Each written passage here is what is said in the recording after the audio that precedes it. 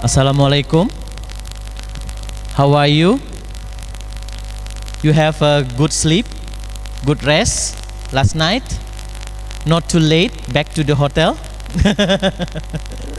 Okay, we have 30 minutes time to wrap up, yeah, to see what we learned yesterday. We have how many topics we have yesterday? 4 topics. What is it? You still remember? Okay, essence, GCP and ethic principle, and role, responsibility, ethical committee, essential document, and SOP. So we have 4. Now we will divide you into 4 groups. I think it's better to use yesterday, the group from yesterday, or we need to new. Okay, we will new group. Mention 1, 2, 3, 4 again, please.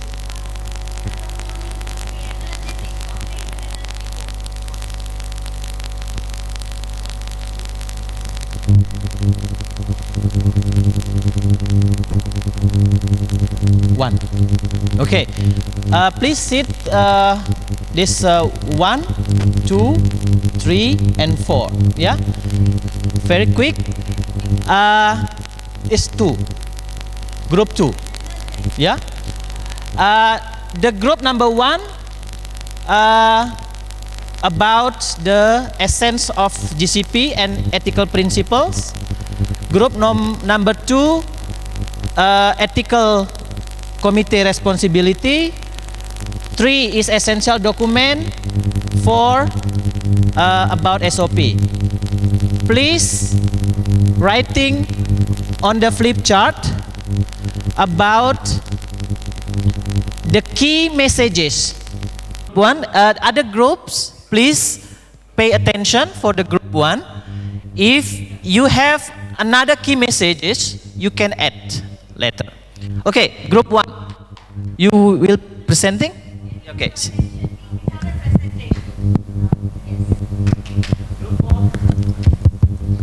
Okay, very good morning to all. According to our group discussion on session 1 of yesterday, so we write some key point. In the first point, we know about what is GCP, the basic introduction of GCP, which included the 2 main things, that is safety, right, and well-being of the subject, and another is the producing credible clinical data. And after that, we learn about the Helsinki Declaration, how to conduct rights of the participant. Then we know 3 main important things. That is, one is the autonomy of the participant. It included the respect to the participant and would at any point of time. Then the risk benefit analysis, and third is the justice. The fourth is that the negative result, how to publish the negative result and importance of publishing it. After that, we know about the communication between the principal investigator with ethical committee, sponsor, and patient. So, and here we also learn one important thing, that the principal investigator have communication with a sponsor and ethical committee and patient, but a sponsor have no communication with the patient or like that. And another is, we know the down rules about the GCP. I think it's all. Okay, thank you. Thank you. I think you pick very nicely all the key messages from the first session. Yeah, maybe from other groups. Do you think it's other key messages that you think is also important yesterday? Instead of, you can add group 2. You want to add something? Group 3? No? Group 4? No. I think they have one thing's quality. Yeah, yesterday I think Farah talked about quality. You remember? The show about the chair, etc. What is this quality? I think this is one of the key messages. It's very important on GCP. Yeah, but even though that you mentioned GCP is a credible clinical trial data, is related to the quality. Very good. Yeah. Okay, we move now to the group 2. Who will give presentation? Okay.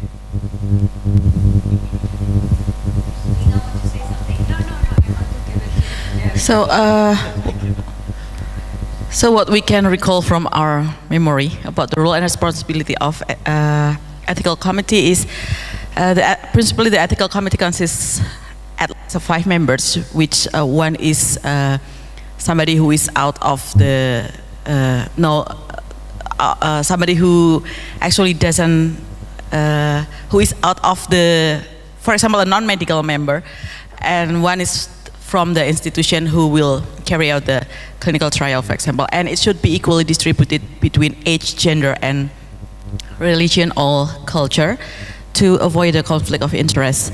And principally, they should work. There are 3 components that should be considered for an ethical committee members or work.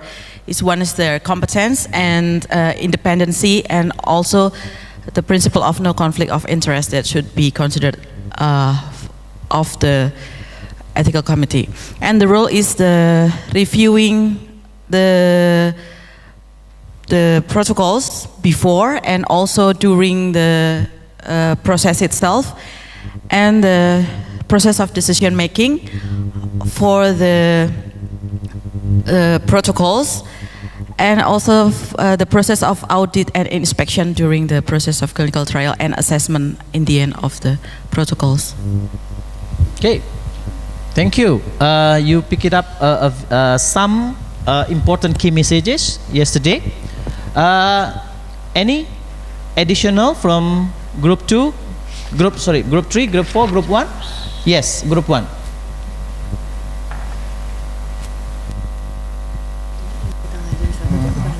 Thank you. It's on already. Yeah. Thank you. Yesterday, the facilitator described about important things. How long we will keep the protocol. So you have to keep at least 3 years after completion of the trial. So I think it is an important point for a researcher. Thank you. Okay. It's very, very good. Yeah, group 3. And IRB is an independent body, and it may be at the regional or community level or governmental or supranational. Okay. That is also important. Yeah. Okay. That's also the question yesterday. Yeah, it's where actually a committee, ethics committee, have to be placed. Okay. Other? Yeah. I think one of the messages I would like to emphasize is that ethics committee is just looking at a set of documents, right? It doesn't come and visit you, doesn't come and interview. The reason why the essential documents become extremely critical. If you didn't do your protocol, your informed consent, your case report form well, you're going to have a lot of back and forth communication, right? The ethics committee just looks at your documents and makes choices. So if those documents are not going to be complete and self-explanatory, then you're going to miss out. This is something that I really want to drive, because a lot of people think, why should I put so much efforts on my documents? If you didn't, the likelihood that you might be asked for a lot of modifications and delay in the ethics committee approval is very, very high, right? Okay, thank you. Other additional? Yeah. So it is not a responsibility or task of the ethics committee to do auditing and inspection. Ethics committee can do monitoring, but not audit and inspection. Thank you. Yeah, we will hear about who will do audit and inspection in the later presentation. Yeah. Okay. We move to the group 3 about the essential document. Who will give presentation? Thank you. From group 3, the essential document we need in order we can prove the study and then The second is reconstruction study, and the third is regulatory requirement. And the essential document we divided into three parts: it's prior the study, during the study, and the end of the study. Some of the document that we have to fulfill, like trial master files, sponsor files, sponsorship files, and investigator files. And then after we get all the document, we must do archiving the document, and we will keep it till 15 years after completion the study. That's all. Thank you. That's messages group 3 for the essential document. Any additional from others?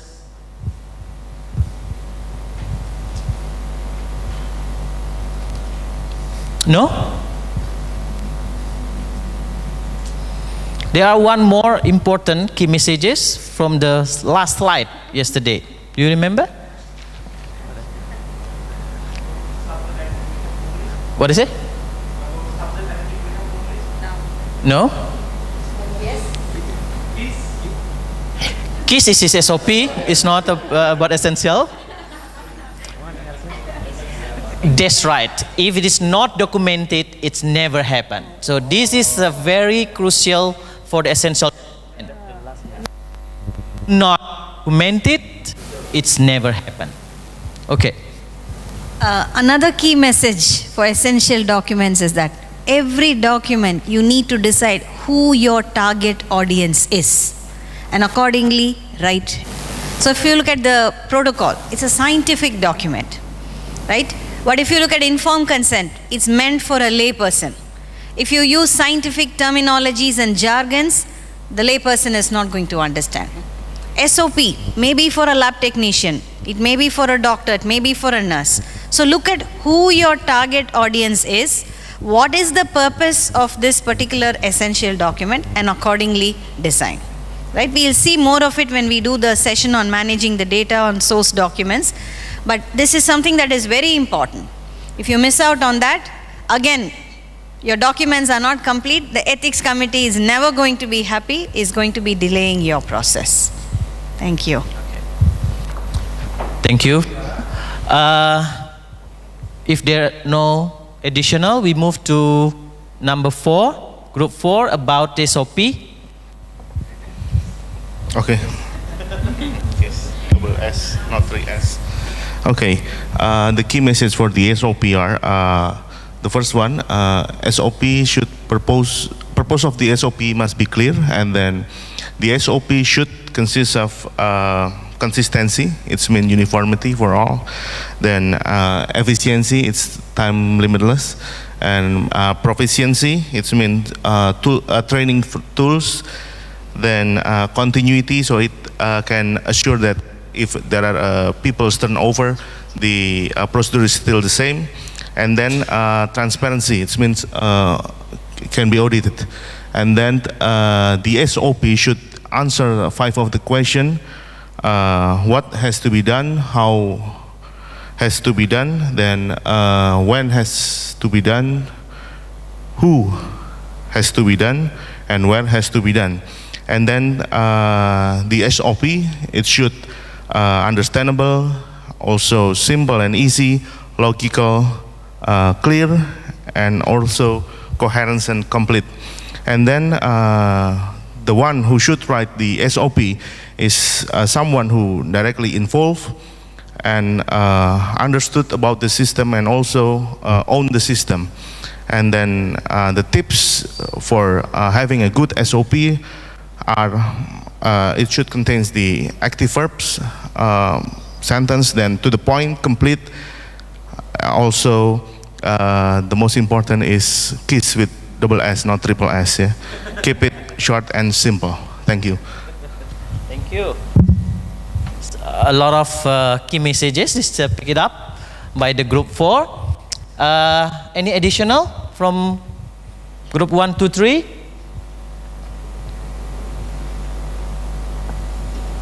Yes. You can add some picture or flow chart to make it easier. Someone will do the procedure. Thank you. I think there are a few key messages very important also about SOP. You remember, the SOP is not available when there is monitor, inspection, or auditor. You remember that yesterday? It's have to be used, yeah, have to be there for the quality study. Yeah, this is also key messages, I think. Yeah. Do you want to add something about key message?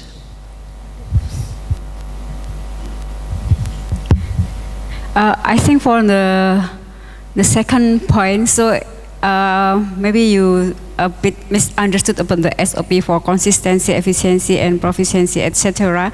So it's not the SOP should be, but the SOP will guarantee that the benefit of SOP, then the procedure will be from uniformly, and then it will be consistent. And if there is a turnover of staff, the person who changes the position, he or she will do the same thing. Yeah, so that's the understanding of the that 5 things.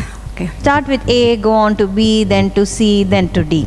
You don't say A, then jump to H, then come to B, then go to Z, which means that our mind is not totally organized and structured. GCP at the end of the day is just common sense, nothing more than that. And all that you need to do is be very, very sequential in the way you approach. So for example, I would have appreciated if you said, what is an SOP? Why do you need SOPs? In what way does SOP add to the quality of your... So if there is a certain structure in the way you present, you also won't miss out on anything. But if you go back and forth, there's every likelihood that you will miss out some of those key elements. Okay? Here we are not trying to cover everything. We just want those very, very critical messages that one shouldn't forget. So from now on, in anything that you do in your life, if you are very organized, very systematic, then GCP is just a piece of cake for you. Don't worry, you don't have to read all the materials. It comes to you automatically. Okay? That's something that we need to learn. Let's see how you do it tomorrow. Right? Okay. Totally agree. Yeah. Yeah. Okay. I think recap for day 1 is done. Applause for all groups. Yeah, you did very good job. Okay, we back to our seat.